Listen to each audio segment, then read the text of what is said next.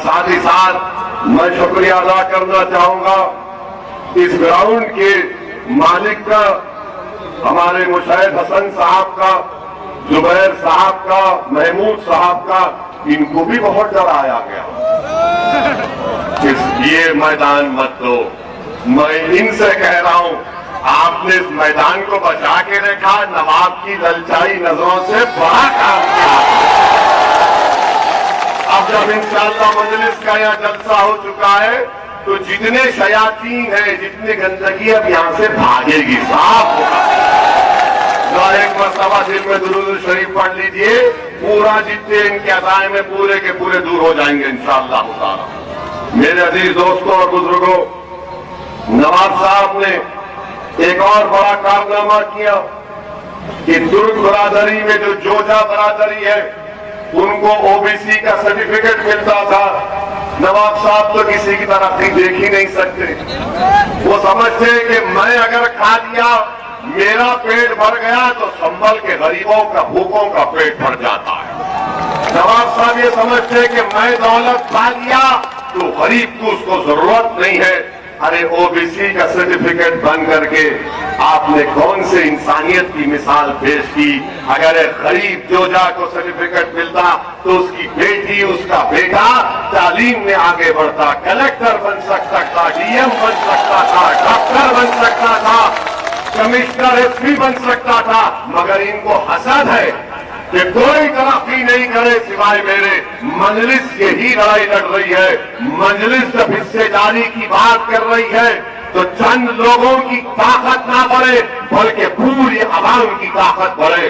मजलिस यही चाहती है कि जब हिस्सेदारी की बात होगी तो राजनीति में भी हिस्सा मिलना चाहिए, सियासत में भी, और शिक्षा में भी मिलना चाहिए, अस्पतालों में भी मिलना चाहिए।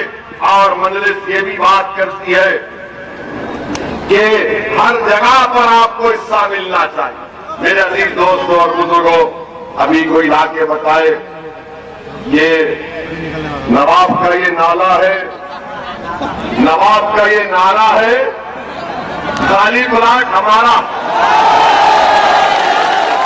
नवाब का ये नारा है, नारा अभी हम नवाब का ये नारा है, कब्रिस्तान मेरा है।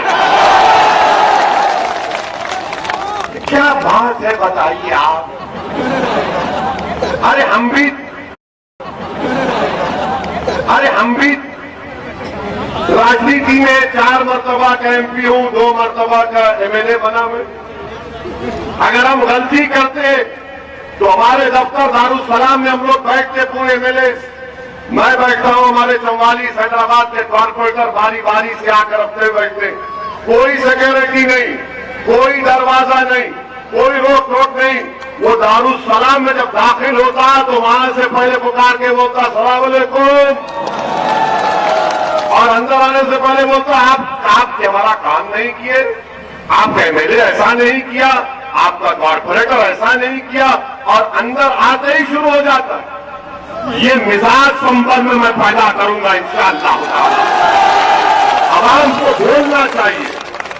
अगर कल इंशाअल्लाह ताला अल्लाह सुब्हानहू ताला के फजल और करम से, आपकी दुआ और वोटों से मुशीर साहब यहाँ के नए विधायक बनेंगे तो विधायक नहीं रहेंगे, खादिम के तौर पर आपका काम करेंगे इंशाअल्लाह ताला।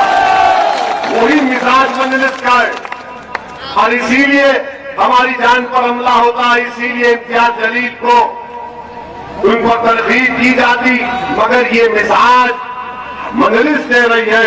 मैं आपसे अपील करने आया हूं कि आप 14 तारीख के दिन मुत्तहदा तौर पर अपने वोट का इस्तेमाल करिए। मैं आपसे वादा कर रहा हूं कि एक बार 5 साल के लिए आप मजलिस के अपने वोट दीजिए। मैं खुद जिम्मेदारी लूंगा, संभल को आऊंगा, कम से कम 2 महीने में एक मरतबा आकर बैठूंगा दीपा सराय में आपके पास। मैं आऊंगा और आपके दरमियान में बैठूंगा, और फिर हिंदूपुरा खेरा की आवाम को भी मेरा सलाम पहुंचाना। वहां पर भी हम जैसे दीवाने को बहुत चाहने वाले हैं। मैं आऊंगा, आपके 5 साल का मौका मजलिस को दीजिए संभल में। हम आपको तब्दीली दिखाएंगे, हम आपको तब्दीली दिखाएंगे, आपको बताएंगे कि मजलिस में 5 साल में वो काम करेगी जो 30 साल में नवाब ने गारत कर दिया। अपने 30 साल को मजलिस 5 साल में काम करके दिखाएगी। अब लोग बोलेंगे कि क्या तुम्हारा मुख्यमंत्री होगा, क्या तुम सत्ता में आओगे? अरे हर चीज क्या सत्ता में आने से होती है क्या? ये भी तो एमएलए विधायक थे। सुनिए, क्या ये जब विधायक थे तो मुलायम सिंह मुख्यमंत्री नहीं थे? क्या ये मंत्री नहीं थे? क्या ये विधायक थे जब अखिलेश मुख्यमंत्री नहीं थे? तो फिर क्या किए, क्या किए सोचो आप। तो मजलिस सियासत या राजनीति की जब करती है तो तिजारत या दौलत कमाने के लिए नहीं करती, खिदमत करने के लिए, मजलूमों का हक दिलाने के लिए करती है। ये फैसला आपको करना है।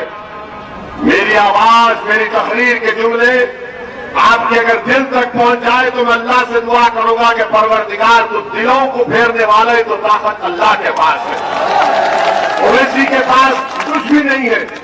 मैं तो बेबस हूं, कमजोर हूं, मैं तो सिर्फ उसी के सहारे जिंदा हूं, उसी के सहारे तवक्कल करके अपनी लड़ाई को आगे बढ़ाता हूं। तो मेरे अजीज दोस्तों और बुजुर्गों, समाजवादी पार्टी का एक और चेहरा देख लो आप। कल आज तक टीवी पर और एएनआई के ऊपर अखिलेश की बस के ऊपर उसने एक सवाल किया सहाफी ने और पूछा कि ये मुस्लिम निकाब और हिजाब पर आपकी क्या राय है? क्या कहा अखिलेश ने? क्या कहा अखिलेश ने? जोर से बोलो, मुझे नहीं सुनाई दे रहा, नहीं सुनाई दे रहा। अरे वहां रोड पे खड़े वाले भी कुछ बोलो। क्या कहा अखिलेश ने? क्या कहा? आवाज नहीं आ रही है। जब हिजाब निकाब का मामला आया तो कान में आवाज कम आना शुरू हुई। तो हमारे कान तो अच्छा सुन रहे। जब अखिलेश से पूछा गया कि मुस्लिम वोट, तो बोले सुनाई नहीं दे रहा। और नवाब साहब जब उसको मुसलमान नहीं सुनाई दे रहा, हिजाब निकाब सुनाई नहीं दे रहा, नवाब तुम्हारा तो कोई इज्जत का मुकाम ही नहीं है वहां पर। अरे टीवी का रिपोर्टर जब पूछता है, अरे ऐसा लगाता है चाकू की तरह, बोल। जब हमको देखता है तो वहां पीछे हटता है, इसको पूछेंगे तो क्या बोल देगा? क्योंकि हम अल्फाज साहब के नहीं बोलते, हम तो सच्चा सच्चा बोल देते हैं। गधा है तो गधा बोलते, बंदर है तो बंदर बोलते। यानी आप सोचिए कि वो अखिलेश यादव जो अब मुख्यमंत्री बनने का ख्वाब देख रहे हैं, बल्कि ख्वाब में उनको कृष्णा भगवान आके बोल दिए, भैया तू बन गया।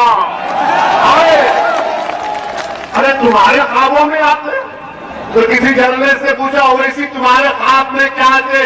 मैंने कहा मेरे ख्वाब में वो 22 मुसलमानों की तड़पती लाशें आती है, संभल के 2 बच्चों की लाशें आती है, उनके घर की तकलीफ याद आती है बिलाल पाशा की। न नवाब उसके घर को गए, न एफआईआर हुआ।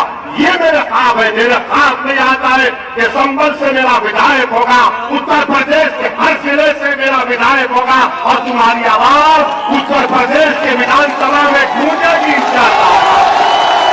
ये मेरा ख्वाब है। मेरा ख्वाब अपने लिए नहीं है, मेरा ख्वाब अपनी नफ्स के लिए नहीं है। मेरा ख्वाब यही है कि भारत एक मजबूत वतन बन जाए जहां पर गरीब मजलूम मुसलमानों को उनका हक मिले और हम डर कर जिंदगी नहीं गुजारे बल्कि उम्मीद पर जिंदगी गुजारे।